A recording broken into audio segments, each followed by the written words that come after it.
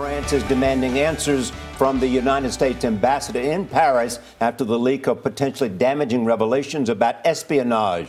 WikiLeaks claims the NSA monitored communications of the last 3 French presidents. Now, the United States says it is not spying on the French government. Major Garrett is at the White House. Major, good morning.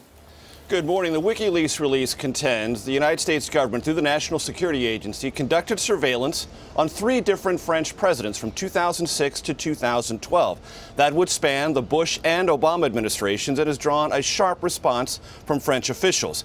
The French government, led by President François Hollande, has called the revelations of spying unacceptable and announced it will send a senior intelligence official to the United States for an explanation. In Paris, the U.S. ambassador, Jane Hartley, has been summoned to offer an explanation, and Hollande will meet an emergency session today with top defense ministers to discuss his government's next steps. Charlie?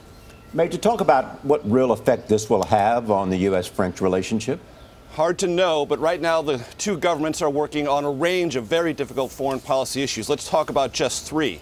First of all, the ongoing battle against ISIS in Iraq and Syria, the efforts to negotiate an end of Iran's feared pursuit of nuclear weapons, and efforts to maintain economic sanctions against Russia for its military incursions in Ukraine. Now, there's no immediate signal any of this cooperation will end, but the French government, like the Germans before it, once it learns of these revelations, has to do something about it. If for no other reason, domestic political outrage will demand it. And here at the White House, Charlie, the National Security Council released a statement. It reads in part, "We do not conduct any foreign intelligence surveillance activities unless there is a specific and validated national security purpose. This applies to ordinary citizens and world leaders alike.